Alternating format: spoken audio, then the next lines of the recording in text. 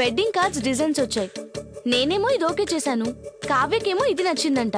నువ్వే చెప్పు, ఈ రెండిట్లో ఏది బాగుంది? రెండు బాగున్నాయండి.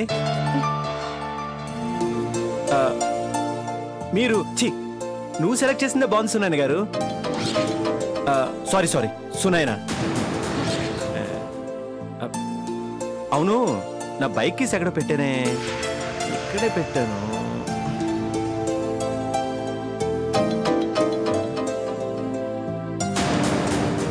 ఏమైందిరా? Anything serious? శ్యామ్ని మీరు అబ్జర్వ్ చేశారా? యాక్సిడెంట్ అయినప్పటి నుంచి తన బిహేవియర్ లో ఏదో తేడా కనిపిస్తుంది. నన్ను మేడం గారు అని పిలుస్తున్నాడు. ఈ రూమ్ లోకి వచ్చేటప్పుడు రావచ్చా అని అడుగుతున్నాడు. మాటి మాటికి సారీ చెప్తున్నాడు. ఎంతో ఆప్యాయంగా ఉండే శ్యామ్ ఇప్పుడు రిజర్వ్డ్ గా ఉంటున్నాడు. ఫస్ట్ జోక్ చేస్తున్నాడేమో అనుకున్నాను, కానీ రోజు ఇంతే. పెళ్లి మ్యాటర్లో అస్సలు ఇన్వాల్వ్ కావట్లేదు. తన దూరం నన్ను భయపెడుతుంది ఆంటీ.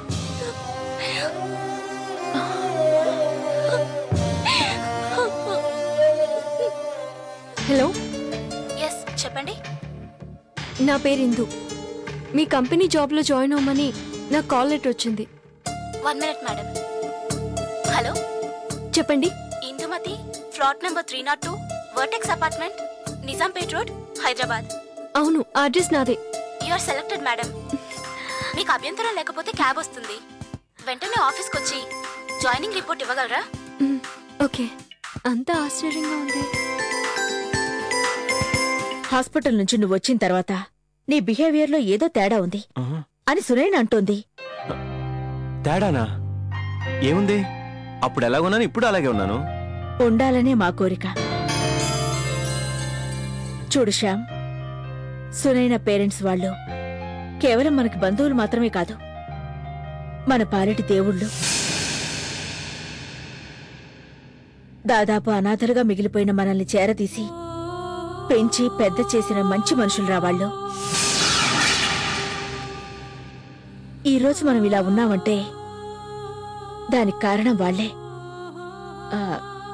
ఈ విషయాలని నీకు తెలియదని కాదు, ఈ మధ్య నీ హెల్త్ డిస్టర్బెన్స్ లో ఇవన్నీ మర్చిపోతున్నావేమోనని మరోసారి నీకు గుర్తు చేస్తున్నానంతే. చూడు శ్యామ్, సునయ్ నన్ను పెళ్లి చేసుకోవడం నీ అదృష్టమే కాదు, మన బాధ్యత కూడా. ఇంకెప్పుడూ సునయ్ నన్ను బాధ పెట్టకు. అవును, సడన్ గా ప్రయోజకుడు అవ్వాలని ఎందుకు అనిపించింది? నేను గొప్పవాణ్ణైతే చూసి మా అమ్మ చాలా సంతోషిస్తుంది. ఏం పర్లేదు, నన్ను చూశాక కొడుకు వేస్ట్ అయినా కోడలు బెస్ట్ అనుకుంటుంది. May I come in sir? Come in.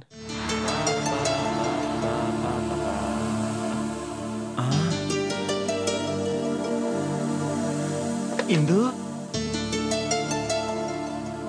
రా ఇందు, కూర్చో కూర్చో.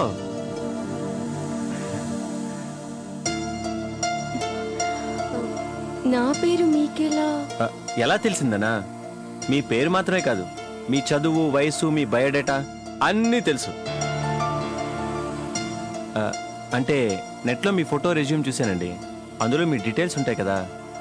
ఉంటాయని తెలుసు, కానీ మీ స్థాయి లాంటి వ్యక్తి బయోడేటా ఇంత క్లియర్ గా చూడటం. మంచి స్టాఫ్ ని రిక్రూట్ చేసుకోవాలంటే ప్రతిదీ దగ్గరుండి నేనే చూసుకోవాలండి. మా కంపెనీకి సంబంధించి A to Z అన్నీ నేనే చూసుకుంటాను. Good habit sir. Thank you. Job ఏంటనేది మా పిఏ చెప్తుంది, చైర్ ఎక్కడుందో మా ప్యూన్ చూపిస్తాడు, శాలరీ ఎంతో మీకు ఇచ్చిన లెటర్లో ఉంటుంది, వర్క్ ఏంటనేది మాత్రం నేను చెప్తాను. సో ఇంకేంటి కబుర్లు? Are you happy? నేను నమ్మలేకపోతున్నాను సార్, ఇంత మంచి కంపెనీలో అప్లై చేయకుండానే జాబ్ రావడం. అద్భుతంగా ఉందా? అదేం లేదు ఇందు, నీ దగ్గర టాలెంట్ ఉంది, మాకు కూడా నీలాంటి ఎఫిషియెంట్ వర్కర్ కావాలి. సో ఇంకేంటి విశేషాలు? చందు ఎలా ఉంది? ఫోన్ చేసిందా?